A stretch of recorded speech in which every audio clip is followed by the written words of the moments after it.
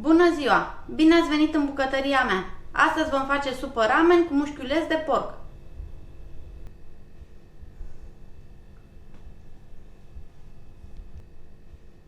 Pentru preparare ne trebuie 800 de grame de coaste de porc, un mușchiuleț de porc, 250 de grame de tăiței chinezești, un ardei gras roșu, o ceapă, 6 fire de ceapă verde plus alte 3 pentru topping, 3 ouă fierte, 3-4 ciuperci, 5 căței de usturoi, 20 de grame de ghimbir proaspăt tăiat felii, 8 linguri de sos de soia și 2 linguri de ulei de susan.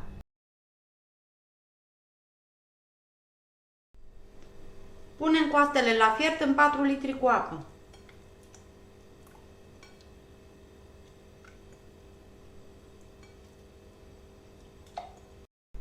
Când spuma a început să apară, o îndepărtăm ori de câte ori este nevoie și mai lăsăm să fiarbă timp de o oră.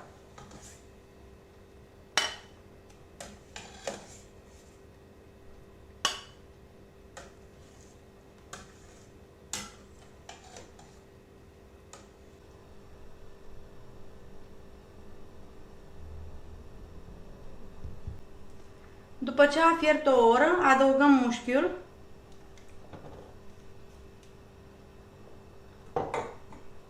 ciupercile, ceapa întreagă, ghimbirul,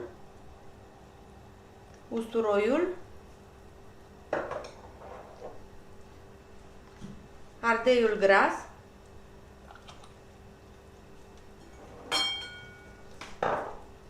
și ceapa verde pe care o rupem în jumătate.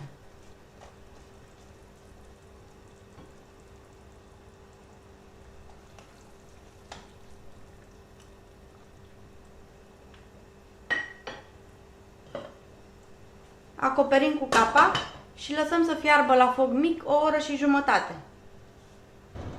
După ce a fiert o oră și jumătate, închidem focul și scoatem carnea și ciupercile.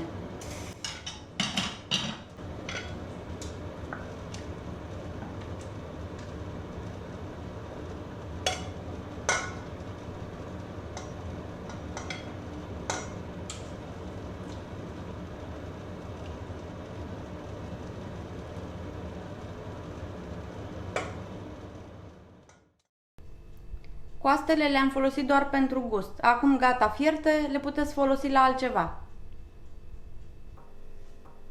Luăm oala și mergem cu ea să strecurăm supa.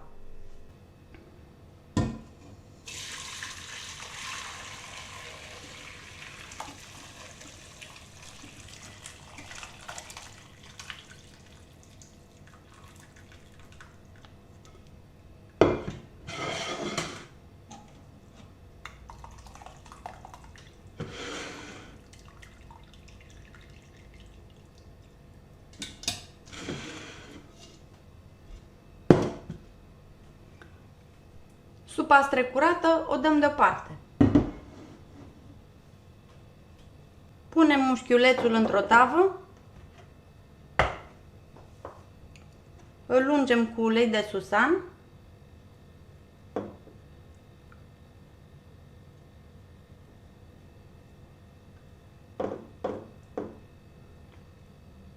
îl ungem bine pe ambele părți.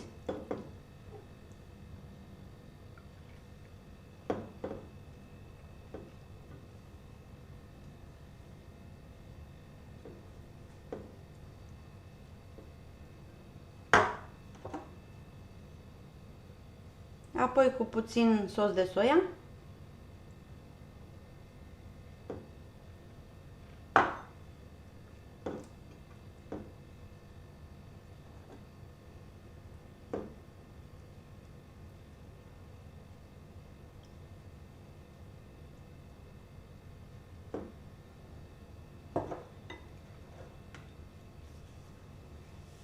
Luăm tava și o punem la cuptorul preîncălzit la 190 de grade.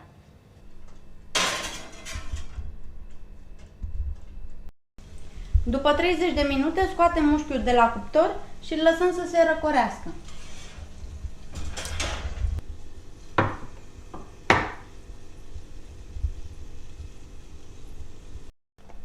Fierbem pastele conform instrucțiunilor de pe ambalaj. Acestea pe care le am eu trebuie să stea 4 minute în apă fierbinte.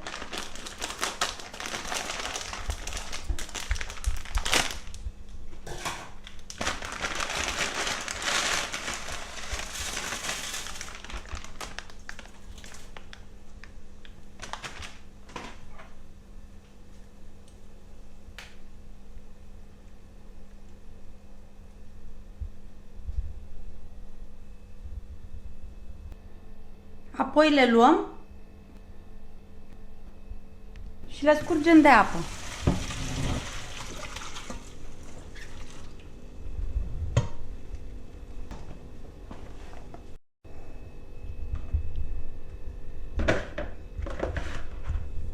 După ce le-am scurs, punem restul de ulei de susan peste ele și amestecăm.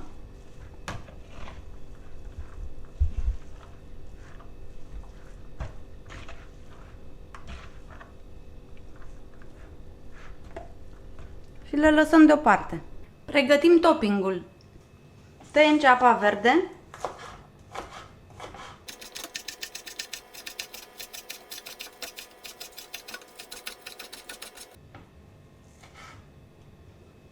Apoi ciupercile în felii subțiri.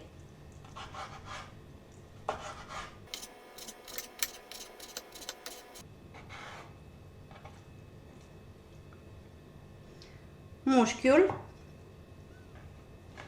Tot așa în felii subțiri.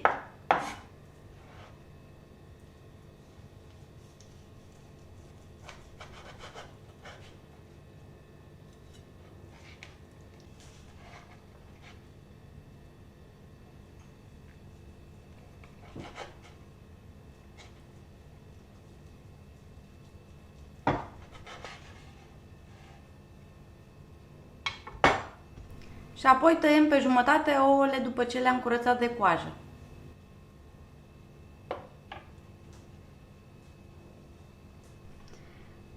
Dăm toate ingredientele deoparte. Luăm supa fierbinte.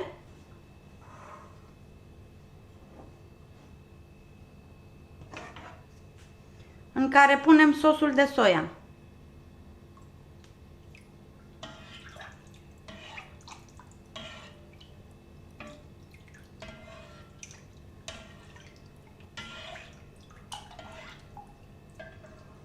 Gustăm, să vedem dacă mai trebuie să mai punem.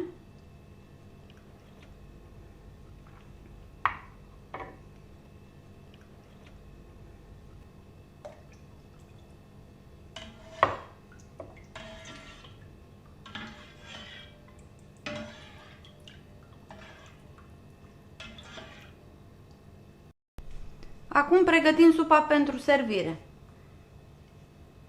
Prima dată punem tăiței.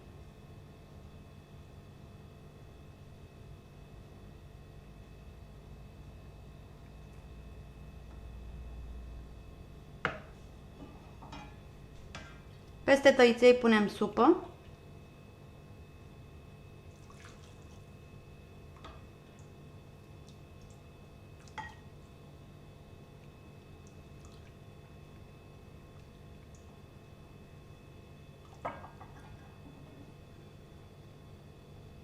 Felii de carne.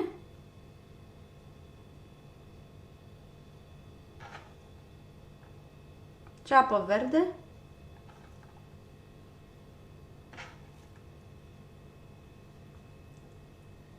Ciuperci și ou.